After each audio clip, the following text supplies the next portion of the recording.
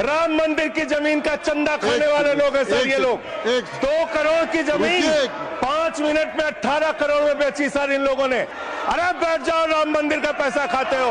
अरे राम मंदिर में घोटाला करते हो बैठो। अरे राम मंदिर का चंदा खाते हो। अरे चंदा चोरो बैठो, चंदा चोरो बैठो, चंदा चोरो बैठो, बैठो चंदा चोरो, चंदा चोरो बैठ जाओ, चंदा चोर हो तुम लोग। ये सरकार कह रही है कि ये कानून हम मुसलमानों के भले के लिए आ रहे हैं। जब मैं आपसे सुनता हूं तो मुझे लगता है कपिल शर्मा कॉमेडी सर्कस में बोल रहा है। पूरी सरकार में एक मंत्री आपका मुसलमान नहीं है। आप मुसलमानों का भला कर रहे हैं और आज वक्फ की संपत्तियां कब्जा करके आप अपने दोस्तों को देंगे। श्री संजय सिंह दोनों ही कह रहे हैं एक दूसरे को।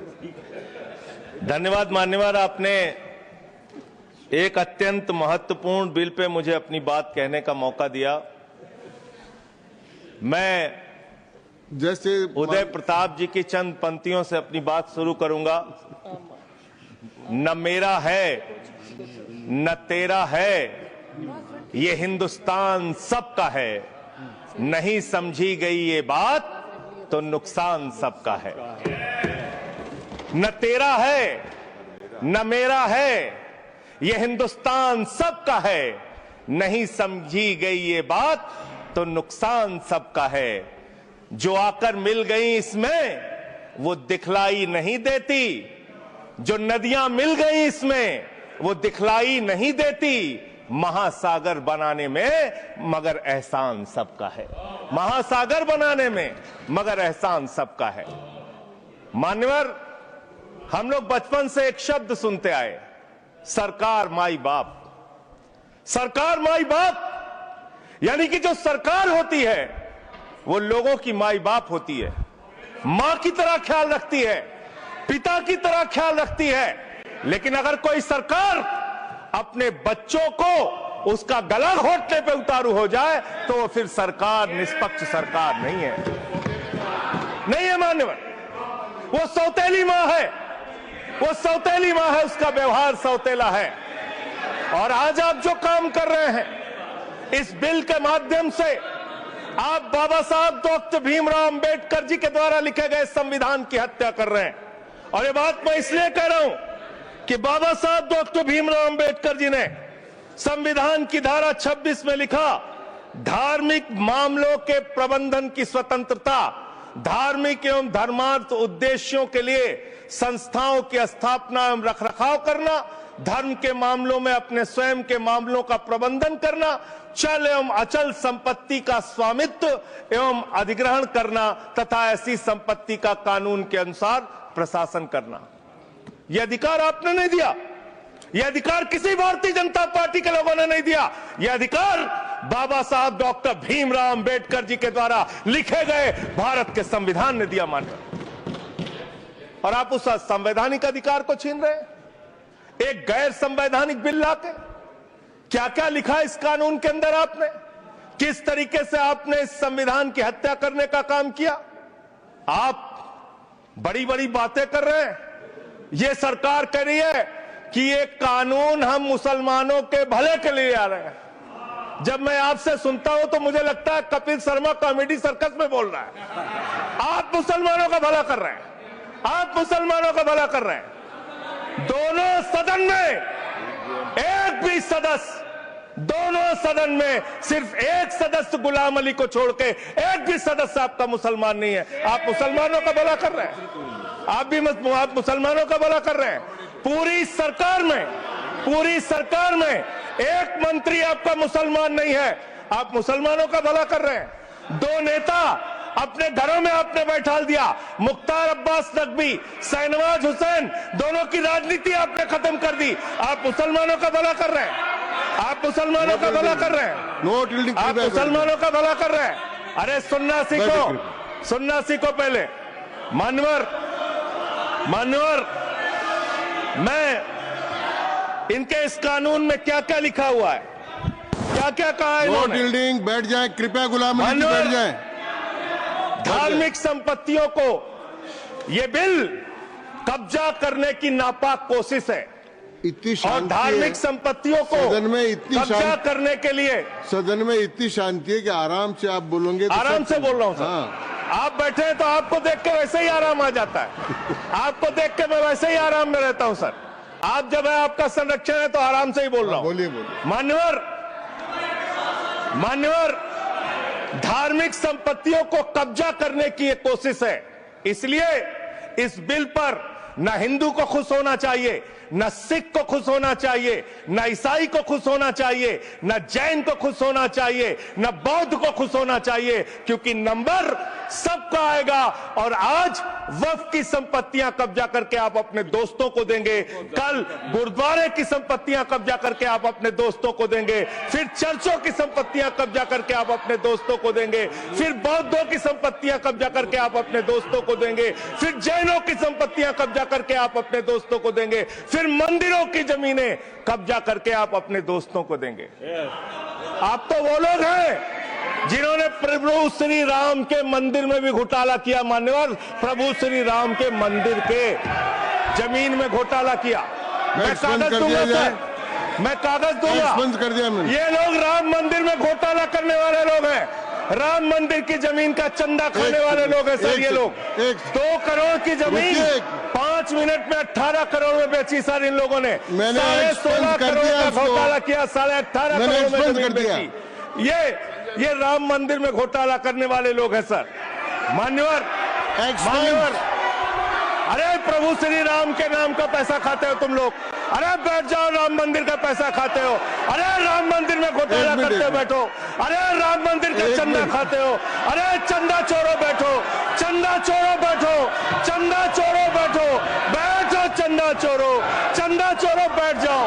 चंदा चोरो तुम लोग चंदा चोरो, चंदा चोरो तुम लोग, चंदा चोरो, चंदा चोरो, चंदा चोरो बैठो। 1 मिनट को प्लीज। चंदा चोरो बैठो। सभापति महोदय, Shri Gajendra Singh ji. Sir I am not dealing sir, I am not dealing. सदस्य ने चंदा चोरी किया इन्होंने कि सर। राम का पैसा खाया करने वाले प्रभु श्री राम का पैसा खाया सर इन्होंने। राम मंदिर का विषय, राम मंदिर में चंदा चोरी किया इन्होंने। बैठ जाए। चंदा चोर है सर ये लोग। इन्होंने प्रभु श्री राम का चंदा खाया, कृपया बैठ जाए। चंदा चोरी किया सर। कृपया बैठ जाए।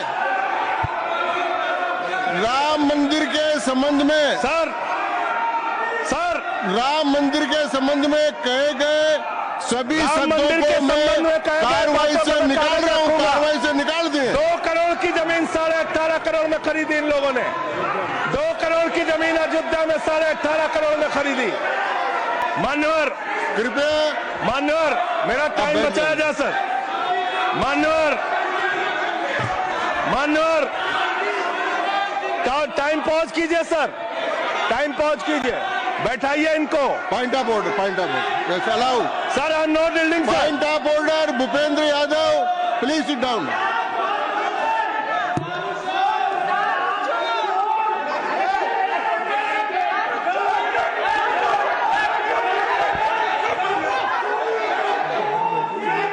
भाई पॉइंट ऑफ ऑर्डर मैंने दिया। आप जाइए स्थान पर, कृपया अपने स्थान पर जाएं। मैंने व्यवस्था का प्रश्न उठाने का मौका दिया भूपेंद्र जी यादव को। आप सब लोग अपने स्थान पर जाएं। कृपया अपने स्थान पर चले जाएं। कृपया अपने स्थान पर जाएं। कृपया बैठे। मैंने भूपेंद्र जी, कृपया बैठ जाए। कृपया श्री भूपेंद्र यादव सर। मैं सर, पहले Bhupendra ji. Yes sir. Bhupendra Yadav sir, Madan ji Rathore कृपया बैठ जाएं। सर ये कृपया, मैंने भूपेंद्र जी यादव को व्यवस्था का प्रश्न उठाने की अनुमति दी है, लेकिन मैं पहले बता दूं कि राम मंदिर के बारे में जो कुछ इनको कहा मैंने उसको एक्सपेंस कर दिया है। वो कार्रवाई का हिस्सा नहीं है। आप बोलिए।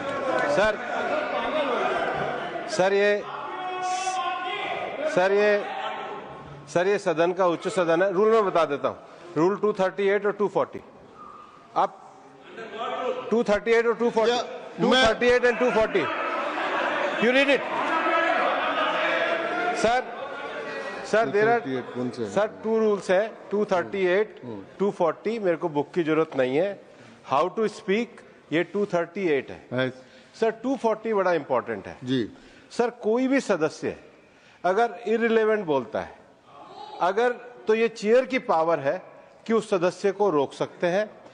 जो विषय डिबेट से जुड़ा हुआ नहीं है, जो विषय सदन से जुड़ा हुआ नहीं है, इररिलेवेंट विषय को आपको रोकने का अधिकार है। जो सदस्य संजय सिंह जी बोल रहे थे वो इररिलेवेंट है। तीसरा एक और विषय सर, 238 में बोलने के बाद जो असंसदीय शब्द है, किसी भी पार्टी के बारे में, किसी के बारे में जो असंसदीय शब्द है वो बोले गए हैं, तो उसकी भर्त्सना भी हाउस पूरी तरीके से करता है, माननीय और उसको हटाता है। माननीय हाँ, Tiruchi Shiva, Sir, I also stand on the. Please I am allowing mister Tiruchi Shiva. I also stand on the same rules, sir. 238 and 240. You didn't quote 238. You remember 240, but 238 you are well versed, I know, but you are not quoted. Nothing refer, only the rule number. Yes, yes. Refer to any matter of fact on which a judicial decision is pending. No. Make a personal charge against a member. No. Please. What is? Please. Kindly listen. Hello, please. I'm on a point of order.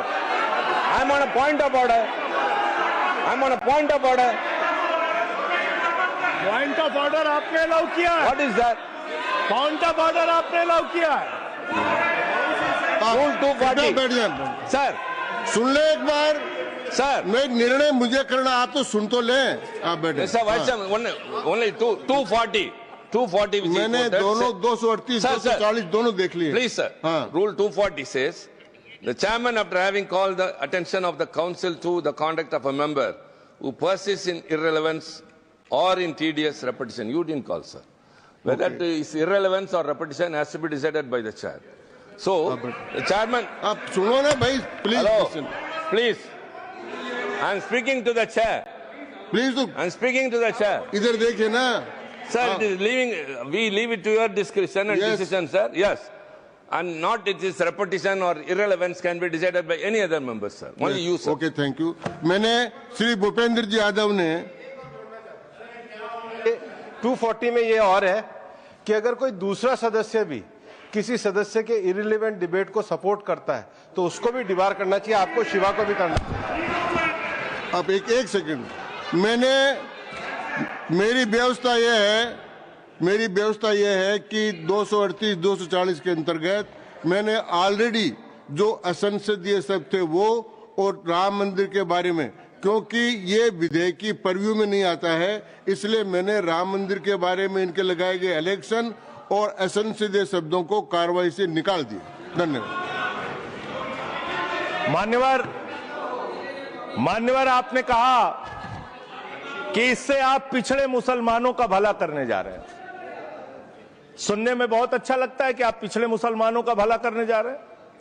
आपने इसमें कहा कि आप महिलाओं का भला करने जा रहे हैं। सुनने में बहुत अच्छा लगता है कि आप महिलाओं का भला करने जा रहे हैं, लेकिन ये सरकार और यहां पे इस समय मंत्री जी नहीं है, मैं उनसे पूछना चाहता हूं, आप देश को और सदन को गलत जानकारी क्यों दे रहे हैं? मानवर, 2013 के वक्फ बिल में जो भारतीय जनता पार्टी की सहमति और सहयोग से पास हुआ, उसमें भी महिलाओं के लिए आरक्षण था। मना कर दीजिए कि नहीं था? मना करिए कि हम गलत बोल रहे हैं। मानवर, मंत्री जी ने कहा 1 करोड़ सुझाव आया। मैं आपसे पूछना चाहता हूं, कितने करोड़ ईमेल आए, कितने करोड़ पत्र आए, कितने करोड़ सुझाव आए? पूरे देश को जानकारी दीजिए, और मैं आपको दावे के साथ कह सकता हूं, जब पूरा सच सामने आएगा तो देश को पता चलेगा कितने लोग इस बिल के विरोध में थे, कितने लोग इस बिल के समर्थन में थे। मैं जेपीसी का सदस्य था मानवर, मैं कह रहा हूं आपसे लाइए। और आप पिछड़े मुसलमानों का भला करना चाहते हैं? मैं आपसे हाथ जोड़कर निवेदन करता हूं, विनती करता हूं, और हमारे जो मित्र उधर भी हैं, अगर आप मेरी बात से सहमत हैं तो समर्थन करना। समाज में छुआछूत को, बीमारी को मिटाने के लिए चलिए उठाते हैं कदम, और अगले सत्र में एक बिल लेके आइए। जितने भी हिंदुओं की कमेटियां हैं, ट्रस्ट है, बोर्ड है, उन सारे ट्रस्ट और कमेटियों में 80% आरक्षण दलित, आदिवासी और पिछड़े हिंदुओं को दीजिए। मैं समर्थन करूंगा आपका, माला पहनाऊंगा आपको। आप पिछड़ों का भला करने की बात करते हैं, आप दलितों का भला करने की बात करते हैं। आपकी मातृ संस्था आरएसएस 100 साल तक आपने एक भी दलित, पिछड़ा और आदिवासी, एक भी महिला को आज तक आरएसएस का प्रमुख नहीं बनाया। आप दलितों और पिछड़ों और आदिवासियों की आरएसएस के बारे में भला करने की बात को करते एक्सप्लेन कर हैं। दीजिए। माननीय, इस बिल में क्या लिखा है? आप जो भी बातें इस विधेयक के अलावा बोलेंगे उन सब को मैं एक्सप्लेन सर, ये करूंगा। क्या उसमें सत्य नहीं है? क्या ये सच नहीं है? सर, मेरा टाइम रोका जाए। और सर, बिल के बारे में बात करते हैं। माननीय मंत्री जी ने कहा आज आप इस बिल को पास कर रहे हैं, आज आपका सीना चौड़ा हो रहा है, आपको लग रहा है एक धर्म के अधिकार को आप छीन रहे हैं। नहीं, कल को आप सभी धर्मों की धार्मिक संपत्तियां छीन के आप अपने दोस्तों का देने का काम करेंगे। मैं फिर इसको दोहरा रहा हूं और फिर इसको कह रहा हूं कि आप ये करेंगे, धार्मिक संपत्तियों के कब्जा करने का काम करेंगे। और किसी गलतफहमी में मत रहिए। आपको लोकसभा के चुनाव में मात्र 36% वोट मिला है। इस देश की 64% आबादी आज भी आपके खिलाफ है, आज भी आपके खिलाफ खड़ी है। किसी गलतफहमी में मत रहिए। बड़ी बड़ी सत्ता उखड़ गई और चली गई। मान्यवर, आपने इसमें लिखा बिल के अंदर कि वक्फ कमेटी के अंदर गैर मुसलमान इसका सदस्य बन सकता है। आप क्या गुरुद्वारा कमेटी के अंदर गैर सिख को मेंबर बना सकते हैं? क्या ईसाई कमेटी के अंदर गैर ईसाई को सदस्य बना सकते हैं? क्या बौद्धों की कमेटी के अंदर गैर बौद्ध को, क्या जैनों की कमेटी के अंदर गैर जैन को आप मेंबर बना सकते हैं? और इतना ही नहीं, क्या आप हिंदुओं के ट्रस्ट में, मंदिर के ट्रस्ट में आप क्या गैर हिंदू को मेंबर बना सकते हैं? नहीं बना सकते, नहीं बना सकते। आप एक झूठ फैला रहे हैं देश भर में, देश भर में झूठ फैला रहे हैं। आप कह रहे हैं ये मैं पढ़ रहा हूं राम मंदिर का, सर, राम मंदिर ट्रस्ट। झूठ शब्द असंसदीय है, जो असंसदीय शब्द है उनको निकाल दीजिए। सत्य से परे, सत्य से परे। सर, ये प्रभु श्री राम के मंदिर का ट्रस्ट, मैं इसका समर्थन करता हूं। नहीं, आप सर, मैं इसका समर्थन कर रहा हूं। ये सब्जेक्ट नहीं है सर, समर्थन कर रहा हूं। सुन तो लीजिए, आप कहे से नहीं सुनूंगा। डिस्ट्रिक्ट मजिस्ट्रेट प्रोसीडिंग में नहीं आएगा। सर, मेरी बात तो बिल्कुल नहीं आएगा। सर, मेरी बात सुन लीजिए। घनश्याम जी प्लीज, चेयरमैन साहब, district magistrate of Ayodhya will be ex officio trustee who will be a practising Hindu. If the DM is not Hindu, then additional district magistrate will be an ex officio member of the trust. हम इसका समर्थन करते हैं। Sir, Hindu धर्म के trust में हिंदू को member होना चाहिए, आपने लिखा, हम इसका समर्थन करते हैं। लेकिन आप दूसरे धर्मों के ऊपर कह रहे हैं। कल को आप गुरुद्वारा कमेटियों में कहेंगे सिख नहीं, दूसरे धर्म के लोग इसमें आएंगे। कल को आप जैन कमेटियों में घुसड़ेंगे, बौद्धों की कमेटियों में घुसड़ेंगे। ये बात गलत है, ये पूरी तरीके से गलत है। और आज पूरे देश को आप बताइए, मान्यवर, पूरे देश को आप बताइए, 2009 में आपने अपना घोषणा पत्र जारी किया था, मैनिफेस्टो। ये मैनिफेस्टो आपका लेके आया हूं, ये तो आपका डॉक्यूमेंट है, मेरे घर नहीं बना। इस मैनिफेस्टो में लिखा है इन्होंने कि 2009 के मैनिफेस्टो में लिखा है कि वक्फ की जमीनों पर जो अवैध कब्जे हुए हैं, के.आर. रहमान की कमेटी की रिपोर्ट के हिसाब से हम मुस्लिम धर्म गुरुओं के साथ बातचीत करके उसको खाली कराने का काम करेंगे। कितना दोहरा चरित्र है आपका। आपने कहा वक्फ की जमीनों को खाली कराने का काम करेंगे जिस पे कोई और कब्जा कर रखा है। मान्यवर, एक और बात, सुप्रीम कोर्ट के अंदर आप कह रहे हो कागज चाहिए, कागज चाहिए। मंत्री जी ने कहा कागज चाहिए। मंत्री जी, आपको कागज की बहुत जरूरत होती है, कागज आपको चाहिए। आपकी सरकार ने 2020 में, ये पूरे देश को देखना चाहिए, पूरे देश को सर, 2020 में मैं जेपीसी का मेंबर था, एक कागज वहां मिला में 2020 में सुप्रीम कोर्ट में। सर, आप, मेरी बात नहीं आ रही सर, मेरी बात नहीं आ रही। 2020 में मान्यवर, इस भारत की सरकार ने, मोदी जी की सरकार ने शपथ पत्र दिया सुप्रीम कोर्ट में, से क्या लिखा हुआ है? 99% वक्फ की संपत्तियां डिजिटाइज हो चुकी हैं। मुख्तार अब्बास नकवी साहब आपके मंत्री थे, उनका बयान है 100% वक्फ की संपत्तियां डिजिटाइज हो चुकी हैं। तो जब आप सारी संपत्तियां डिजिटाइज कर चुके हैं, सब कुछ ऑनलाइन कर चुके हैं वामसी पोर्टल में, सारे कागजात जांच चुके हैं, तो क्या आप फसाद कराने के लिए फिर से कागज मांग रहे हैं? फसाद कराने के लिए आप फसाद कराने के लिए कागज मांग रहे हैं? आप फसाद कराने वाले हिंदू हैं, हम सौहार्द फैलाने वाले हिंदू हैं। यह बुनियादी फर्क है, यह बुनियादी फर्क है आप में। आप देश भर में फसाद, नफरत, लड़ाई, झगड़ा कराने का काम करते हैं। मान्यवर, मैं अंत में आप लोगों से सिर्फ एक ही बात कहना चाहता हूं कि आज सच्चर कमेटी की रिपोर्ट की बात कही गई और कहा गया 12,000 करोड़ की आमदनी हो सकती थी। एक सुझाव मैं पूरे सदन की तरफ से इस सरकार को देना चाहता हूं। 12,000 करोड़ की आमदनी की चिंता है वक्फ की, करोड़ों मुसलमानों की चिंता है आपको।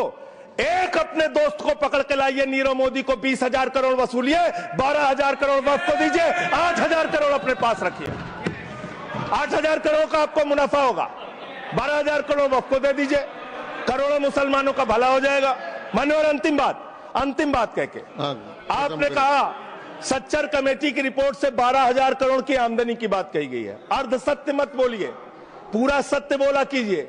सुविधाजनक सत्य मत बोलिए, पूरा सच बोला कीजिए। मंत्री जी, इसमें लिखा हुआ है सच्चर कमेटी की रिपोर्ट में कि भारत की सरकार ने, राज्यों की सरकार ने अलग अलग राज्यों में अलग अलग जगहों पे 365 वक्फ की संपत्तियां कब्जा कर रखी हैं। आप उसके बारे में नहीं बताते, आप अर्ध सत्य बोलते हैं। मैं तो जेपीसी का मेंबर रहा हूं, मुझे सब पता है। तो इसलिए मान्यवर, आप फैला रहे हैं झूठ, ट्रिब्यूनल के फैसले, बस खत्म सर, खत्म। असत्य, सत्य से परे मान्यवर, सत्य से परे मान्यवर। ट्रिब्यूनल के लिए आप कह रहे हैं उसको अपील नहीं की जा सकती। हाई कोर्ट का फैसला ट्रिब्यूनल के फैसले के खिलाफ आया है, सुप्रीम कोर्ट का फैसला ट्रिब्यूनल के फैसले के खिलाफ आया है। आपने कहा 5 साल का प्रैक्टिसिंग मुस्लिम होना चाहिए। कैसे प्रैक्टिसिंग मुस्लिम तय करेंगे सर? आप क्या मुसलमानों के घर में सीसीटीवी का कैमरा लगाएंगे? कौन नमाज पढ़ रहा है, कौन नमाज नहीं पढ़ रहा है, कौन मुसलमान है, कौन मुसलमान नहीं है? आपने मान्यवर ऐसे प्रावधान इसमें रखे हैं जो बड़े अजीब हैं, जो अपने आप में ये बताते हैं कि आपकी मंशा सिर्फ देश में झगड़ा कराने की है, नफरत फैलाने की है, फसाद कराने की है। आपकी मंशा कहीं भी मुसलमानों का या किसी वर्ग का भला करने की नहीं है। बस एक अंतिम बात कह के अपनी बात समाप्त करूंगा। ये काम आपने देश के अंदर बहुत अच्छा शुरू कर दिया। आप एक काम करते हैं, देखो मुसलमानों को ठीक कर रहा हूं, दूसरी तरफ महंगाई बढ़ रही है, नुकसान हिंदुओं का। 94 लाख करोड़ रुपए शेयर बाजार में डूब रहा है, नुकसान हिंदुओं का। 11 लाख बच्चे स्कूलों से बाहर निकल गए, नुकसान हिंदुओं का। तो मुसलमानों को ठीक करने के नाम पर आप नुकसान देश के करोड़ों हिंदुओं का भी कर रहे हैं। इसलिए ये सब बातें करके देश में आप नफरत फैला के ये सब झगड़े फसाद के काम मत कीजिए।